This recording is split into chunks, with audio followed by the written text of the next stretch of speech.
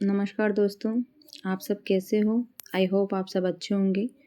अब आज जो है मैं ब्लॉग के अंदर आप लोगों को थोड़ा-सा बताऊँगी कि मुग़ल साम्राज्य और राजपूत राज्यों के संबंध कैसे थे। तो आइए जानते हैं। सबसे पहले हम पढ़ते हैं, देखो यहाँ पे राणा सांगा और बाबर के संबंध। तो देखो, बाबर ने दिल्ली के सुल्तान इब्राहिम लोदी को 1526 में पानीपत के प्रथम युद्ध में हराकर दिल्ली को जीत लिया। साथ ही बाबर सांगा पर आरोप लगाता है कि इस युद्ध में सांगा ने उसकी मदद का वादा करके भी उसकी मदद नहीं की थी। बाबर ने इस बारे में बाबरनामा भी लिखा। देखो, दो ही जो मुगल शासक है जिन्होंने अपनी किताब लिखी थी, एक तो बाबर ने लिखी थी बाबरनामा, एक जहांगीर ने लिखी थी जहांगीरनामा भी लिखा, पर और किसी लक्ष्य से इस आरोप की पुष्टि नहीं होती है। तो इससे यही है कि जब बाबर आया ना यहाँ पे भारत में, तो दिल्ली का सुल्तान जो था वो इब्राहिम लोदी था और उसको हराया था उसने 1526 में। इसके बाद में जो हम बात करते हैं बयाना का युद्ध की। बयाना का युद्ध हुआ 16 फरवरी 1527 को। ये हुआ था, बाबर का सेनापति था मेहंदी ख्वाजा और सांगा के बीच में हुआ था। तो इसके अंदर जो है सांगा ने मेहंदी ख्वाजा जो है इसको क्या कर दिया था, परास्त कर दिया था और यहाँ पर उसने बयाना को जीत लिया था। और बयाना कहाँ पर है? भरतपुर में है। उसके बाद में है खानवा का युद्ध। खानवा का युद्ध हुआ 17 मार्च 1527 को और ये हुआ था बाबर और सांगा के बीच में। और इसमें जो है बाबर ने जो है सांगा को हरा दिया था। ये जो खानवा का जो युद्ध है ना, ये इसका मतलब इसमें किस किस ने पार्टिसिपेट मतलब भाग लिया था, तो वो ये दे रखे हैं यहाँ पर। देखो, अफगान सुल्तान महमूद लोदी, मेवाड़ शासक हसन खां मेवाती, मारवाड़ से मतलब अगर हम बात करें ना खानवा युद्ध में कर्नल टोड के अनुसार है ये। तो कर्नल टोड ने कहा था कि राणा की सेना में मतलब महाराणा सांगा था ना, उसकी सेना में 7 उच्च श्रेणी के तो राजा थे, 9 राव थे और 104 बड़े सरदार सम्मिलित थे। अब इसमें से देखो, ये नाम पूछ लेता है। जैसे पहला क्वेश्चन तो इसमें यही बन जाता है कि खानवा का युद्ध कब हुआ था, तो 17 मार्च 1527 को हुआ था। दूसरा ये बन जाता है कि भाई इसमें विजय किसकी हुई थी, तो इसमें विजय हुई थी बाबर की हुई थी। ठीक है। उसके बाद में तीसरा क्वेश्चन ये आ जाता है कि यहाँ पर ये 7 उच्च श्रेणी के राजा और 9 राव और 104 बड़े सरदार, ऐसे ही ऑप्शन दे देगा कि 7 श्रेणी के 9 राजा और 9 राव की जगह वो 8 राव दे दे, कुछ भी कर दे। मतलब इनमें तो ये इनकी संख्या याद रहनी चाहिए आपको, 7 उच्च श्रेणी के राजा, 9 राव और 104 बड़े सरदार। उसके बाद में ये जो है ये नाम दे देगा। इस नाम में से भी जैसे ये जो हसन खां मेवाती है ना, इसका नाम मतलब ये एकमात्र था जो वो था, है ना, मुसलमान था। तो इसका नाम भी बार बार पूछा गया है कि भाई महाराणा सांगा की सेना में एकमात्र वह शासक जो मुसलमान था, तो वो कौन था? हसन खां मेवाती। ठीक है। उसके बाद में हम बात करते हैं, तो देखो पहले एक बार अफगान सुल्तान महमूद लोदी थे, लोदियों की तरफ से इनका साथ दिया था जिसने, ठीक है, सांगा का साथ दिया था ना जिसने। मेवाड़ शासक अशन का मेवाती था। मारवाड़ से राव गंगा का पुत्र मालदेव था। बीकानेर से राव जेत सिंह का पुत्र कल्याणमल था। आमेर का कछवाहा शासक पृथ्वीराज था। इडर का भारमल था। मेड़ता का रायमल राठौड़ वह वीरमदेव था। राय सिंह का सलदी तंवर था। बांगड़ का उदय सिंह था। नागौर का खानजादा, सिरोही का अखेराज, डूंगरपुर का रावल उदय सिंह, चंदेरी का मेदिनी रॉय और हलवद का झाला अज्जा, गोगुंदा का झाला सज्जा और ये जो सलूम्बर का रावत रत्न सिंह और देवलिया का भाग सिंह और जगनेर का अशोक परमार, ये जो शासक थे इन्होंने खानवा के युद्ध में भाग लिया था। तो ये जो है सारे के सारे नाम याद रहने चाहिए। ठीक है। उसके बाद में बात करते हैं कि 16 फरवरी 1527 की बयाना विजय के बाद में टेढ़े मेढ़े रास्तों से भूसावर होता हुआ, इसमें जैसे कुछ नहीं है, आगे बात करते हैं हम आगे वाले की। उसकी इस युद्ध में एक मोस्ट बात ये थी कि यहाँ पर जो है ना एक जोशीला मतलब भाषण दिया था इसमें, कि जिहाद का जो नारा है वो भी एक कारण माना जाता है यहाँ पर। एक ये जो इसमें जो मोस्ट लाइन है वो ये लाइन भी देखो कि घायल राणा को सिरोही के अखेराज की देखरेख में युद्ध श्रेणी से बाहर लाया गया तथा बसपा कहाँ पर है? दौसा में, दौसा नामक स्थान पर ठहराया गया, जहां आज भी राणा सांगा का स्मारक बना हुआ है। तो ये पूछ सकता है कि राणा सांगा का स्मारक कहाँ पर बना हुआ है, तो बसपा दौसा में बना हुआ है। ठीक है। और एक ये लाइन जो है ना ये भी मोस्ट है कि चतुर बाबर ने शराब न पीने की कसम खाई, एक धर्मनिष्ठ मुसलमान बनने का वादा किया, तमगा कर हटाने का आदेश भी दिया और राणा सांगा के विरुद्ध संघर्ष की जिहाद कहा और अंत में एक जोशीले भाषण से अपने सैनिकों को संघर्ष के लिए तैयार किया। तो ये जो जिहाद का जो नारा था ना, वो किसने दिया था? ये बाबर ने दिया था यहाँ पर जिहाद का नारा। और ये एक जो है, इसमें एक बात और थी जो मैंने पढ़ी थी, इसमें कहाँ गई वो, हाँ, ये जो गाजी की उपाधि धारण करी थी, ये गाजी की उपाधि का क्वेश्चन बार बार आ चुका है कि गाजी की उपाधि जो है कौन से युद्ध में धारण करी थी, कौन सा युद्ध मतलब समाप्त होने के, तो खानवा का जो युद्ध जीत करके बाबर ने ये वाली जो गाजी की उपाधि है वो धारण करी थी। इसके बाद में है कि अज्जा की इस अद्भुत वीरता के कारण उसकी वीरगति के बाद उसके पुत्र सिम्मा को सादड़ी, बड़ी सादड़ी की जागीर राणा सांगा द्वारा प्रदान की गई थी। अब है कि ये राणा सांगा की पराजय मतलब हार के कारण क्या क्या थे, है ना? तो वो थे कि बाबर के पास तोपखाना होना, बाबर की तुलगुमा पद्धति का होना, राजपूत सेना का एक नेता के अधीन न होना और राय सिंह के सलदी तंवर व नागौर के खानजादा के युद्ध के अंतिम दौर में बाबर से मिल जाना। ये तो देखो ये कारण दे रखे हैं, लेकिन बाकी एक कारण और है कि जब जो सांगा जो था ना, सांगा ने जब बयाना का युद्ध जब जीत लिया था ना, तब ये जीत करके ये थोड़ा ढीला पड़ गया था यहाँ पे, है ना?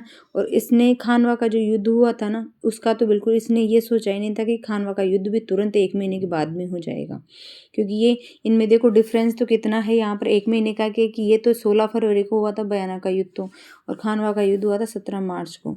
तो इसका एक तो ये मतलब थोड़ा सा ढील देना, मतलब खुद को लापरवाह था, ये थोड़ा सा हो गया है इस चीज़ को लेकर के। अगर ये तुरंत उसी टाइम पे उसको मतलब जाने ही नहीं देता बाबर को, बाबर का जो सेनापति था मेहंदी ख्वाजा जो था ना, उसी को वहीं पर पकड़ लेता और थोड़ा सा कि ये मजबूत बन जाता ना, तो ये यहाँ पर, लेकिन ये क्या मेहंदी ख्वाजा वापस भाग गया था और भाग करके इसने बाबर को बता दी सारी चीज़ें, और फिर बाबर ने तुरंत ही एक्शन ले लिया और तुरंत ही इसने बाबर ने धीरे धीरे 1 महीने के अंदर ही बाबर ने इस पर वापस दोबारा आक्रमण कर लिया। उसके बाद में हम देखते हैं कि डॉक्टर ओझा के अनुसार इस पराजय का मुख्य कारण महाराणा सांगा का बयाना विजय के बाद तुरंत ही युद्ध न करके बाबर को तैयारी करने का पूरा समय देना। ये देखो डॉक्टर ओझा ने बता ही दिया यहाँ पर, यदि वह बयाना की पहली लड़ाई के बाद ही आक्रमण करता तो उसकी जीत निश्चित थी। उसके बाद में है कि युद्ध के मैदान से मूर्छित अवस्था में सांगा को पालकी में बसपा ले जाया गया। जो ही राणा को होश आया वह पुनः युद्ध स्थल पर जाने की जिद करने लगा। अब देखो वो तो जिद करने लगा था, लेकिन किंतु जो सांगा के जो साथी थे ना, वो इसके लिए तैयार नहीं थे।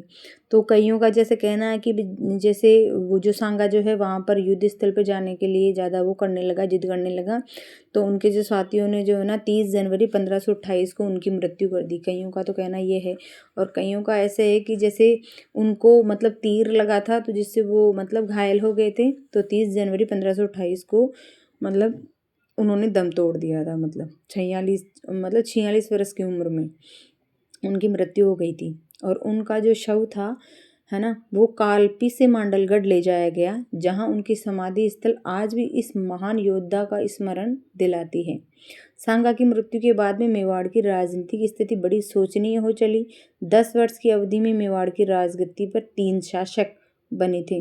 कौन कौन? रत्न सिंह बना 1528 से 1531 तक, उसके बाद में विक्रमादित्य बना 1531 से 1536 तक, और उसके बाद में बनवीर बना था, बनवीर बैठा था 1536 से लेकर के 1540 तक। उसके बाद में हम बात करते हैं राणा रत्न सिंह केवल 3 वर्ष ही शासन कर पाया। एक दिन राणा रत्न सिंह और बूंदी के सूरजमल हांडा दोनों अहेरिया उत्सव, ये जो अहेरिया उत्सव है ना, ये कहाँ पर? ये बूंदी में मनाया जाता है, ये बार बार पूछा गया है। और ये अहेरिया उत्सव, ये शिकार खेलते हैं, इसमें शिकार खेलते खेलते आपस में झगड़ पड़े और दोनों ही मारे गए। ठीक है, कौन कौन? रत्न सिंह और सूरजमल। उसके बाद में बात करते हैं महाराणा विक्रम सिंह की। विक्रम सिंह का काल था 1531 से 36 तक का। राणा सांगा की हाड़ी रानी कर्मावती के 2 अल्प आयु पुत्र विक्रमादित्य व उदय सिंह थे। राणा रत्न सिंह के बाद उसका सौतेला भाई विक्रमादित्य शासक बना। विक्रमादित्य अल्पवयस्क था, जो उसकी माता रानी कर्मावती उसकी संरक्षिका बनी। 1533 से 34 में व 1535 में बहादुर शाह कहाँ का था? ये गुजरात का था।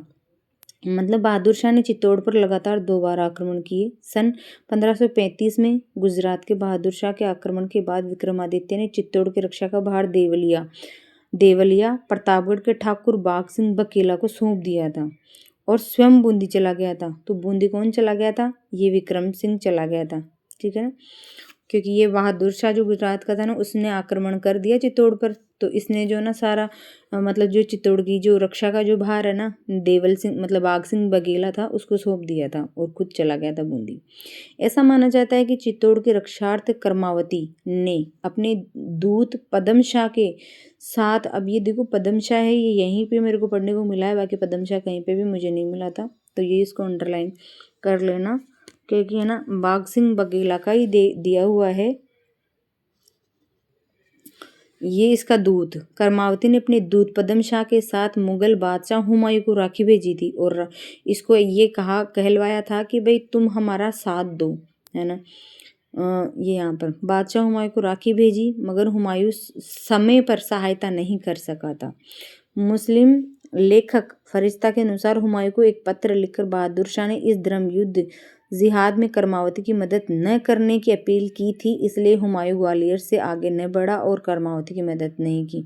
अब देखो कई तो लोग ऐसे कहते हैं कि भाई हुमायूं जो है समय पर नहीं पहुंच सका क्योंकि उसके पास जैसे साधन नहीं थे उस टाइम पे, तो उसको लगा कि कहीं मैं भी बहादुर शाह के सामने हार जाऊंगा तो मेरी बेइज्जती हो जाएगी। कईयों का कहना ये है और कईयों का कहना ये यहाँ पर ये है। अंततः किले का पतन, अंत में क्या हुआ था कि किले का पतन हो गया था और रानी कर्मावती ने 1300 राजपूत स्त्रियों के साथ जौहर कर लिया था। जौहर होता है कि जैसे आग के अंदर मतलब कूद जाती है, जैसे औरतें जल जाती है मर जाती है वहीं पे, तो वो एक उनका समर्पण ही रहता है, जैसे है ना। मतलब जैसे ऐसे होता है कि जैसे वहाँ पर पहले के ज़माने में क्या होता था कि जैसे औरतों को अगर युद्ध के अंदर आप जीत गए ना, तो फिर वो जो सारी की सारी जो रानियाँ होती थी ना, वो जो जीतेगा उसी की हो जाती थी। तो उनको ये चीज़ गवारा नहीं थी, तो वो जैसे जल जौहर पानी में जल जौहर कर लेती थी। पानी में जो होता है उसको तो जल जौहर बोलते हैं और आग में जो होता है ना उसको अग्नि जौहर बोलते हैं। तो यहाँ पर जो जौहर है वो जौहर वही है, अग्नि जौहर ही है यहाँ पर। ये राजपूत योद्धा लड़ते हुए मारे गए और यह घटना चित्तौड़ के दूसरा शाखा के नाम से प्रसिद्ध हुई थी, ठीक है। मार्च 1535 ईस्वी में बहादुर शाह ने किले पर अधिकार कर लिया। अब ये देखो ये 1535 के अंदर जो हुआ वो तो चित्तौड़ का दूसरा शाखा था, और 1301 में जो शाखा हुआ था ना, मतलब पद्मिनी और रत्न सिंह था ना, उनके दौरान हुआ था, वो था मतलब चित्तौड़ का प्रथम शाखा, ठीक है। यहाँ पर 3 शाखे होते हैं, तो ये दूसरा शाखा पढ़ रहे हैं अपन, है ना। उसके बाद में है कि मार्च 1535 ईस्वी में बहादुर शाह ने किले पर अधिकार कर लिया, मगर हुमायूं के आने की खबर सुनकर उसने चित्तौड़ छोड़ दिया था। इसके बाद विक्रमादित्य ने पुनः चित्तौड़ पर अधिकार कर लिया और 1536 में विक्रमादित्य चित्तौड़ का पुनः शासक बना, पर बनवीर ने विक्रमादित्य की हत्या कर चित्तौड़ की गद्दी हथिया ली थी। तो इसका कुल मिलाकर के कहने का मतलब यही निकला है कि जैसे बहादुर शाह ने चित्तौड़ के किले पर अपना वो शासन कर लेता है, लेकिन जब उसको ये पता चलता है कि हुमायूं आ रहा है तो वो चित्तौड़ के किले को छोड़ करके भाग जाता है। और फिर वहाँ पर जो उसका विक्रमादित्य जो बेटा बूंदी में चला गया था ना, वो वापस आकर के यहाँ का शासक बन जाता है ना। और विक्रमादित्य की हत्या कर चित्तौड़ पर ये बनवीर जो है, बनवीर भी विक्रमादित्य को फिर ये मार देता है, फिर वहाँ का शासक ये बन जाता है। अब उसके बाद में आएगा कौन? महाराणा उदय सिंह आएगा यहाँ पे। तो महाराणा उदय सिंह का काल है। महाराणा उदय सिंह 1540 से 1572 तक। गौरीशंकर हीराचंद ओझा के अनुसार मालदेव के सहयोग से 1537 ईस्वी में कुंभलगढ़ में उदय सिंह का राज्याभिषेक किया गया था और यहाँ पर उसका विवाह पाली के अखेराज सोनगरा व खेरावा के ठाकुर जैतर सिंह की पुत्री के साथ हुआ था। यद्यपि संपूर्ण मेवाड़ का स्वामी उदय सिंह 1540 में बनवीर को परास्त करके बना था। अब यहाँ पर देखो उदय सिंह जो था ना, वो उसने बनवीर को हरा दिया था और यहाँ पर वो शासक बन गया था। तो उदय सिंह के लिए मेवाड़ का ताज कांटों का ताज था। उसे एक के बाद एक अनेक शत्रुओं से लड़ना पड़ा। भाई मतलब उदय सिंह भी जैसे प्यार से, ऐसे नहीं कि उसने भी बहुत सारे संघर्ष करके यहाँ पर वह शासक बना था। उदय सिंह ने चित्तौड़ से अलग हटकर 1559 में उदयपुर नगर की स्थापना की। अब ये देखो, ये क्वेश्चन आता है कि उदय सिंह ने चित्तौड़ से अलग हटकर उदयपुर की स्थापना कब करी थी? तो 1559 में करी थी भाई साहब। और उदयपुर को 1559 में बसाया था, उसने राजधानी बनाई थी। फिर उदय सिंह पर अकबर का आक्रमण। अब अकबर ने उदय सिंह पर मतलब आक्रमण, चित्तौड़ पर आक्रमण करा था ना, तो उसका वर्णन है यहाँ पर, वो देखते हैं। उदय सिंह का समकालीन मुगल बादशाह अकबर था। उदय सिंह का समकालीन मतलब उदय सिंह के समय, है ना, वहाँ का कौन था दिल्ली का? तो ये अकबर था। वह अपनी शक्ति में वृद्धि करने के लिए एक एक करके दूसरे राज्यों को जीत रहा था। दूसरी ओर उदय सिंह मालवा के बाज बहादुर व मेड़ता के जयमल जैसे अकबर के शत्रुओं को शरण देकर चुनौती दे रहा था। अतः परिणाम स्वरूप दोनों के मध्य संघर्ष हुआ।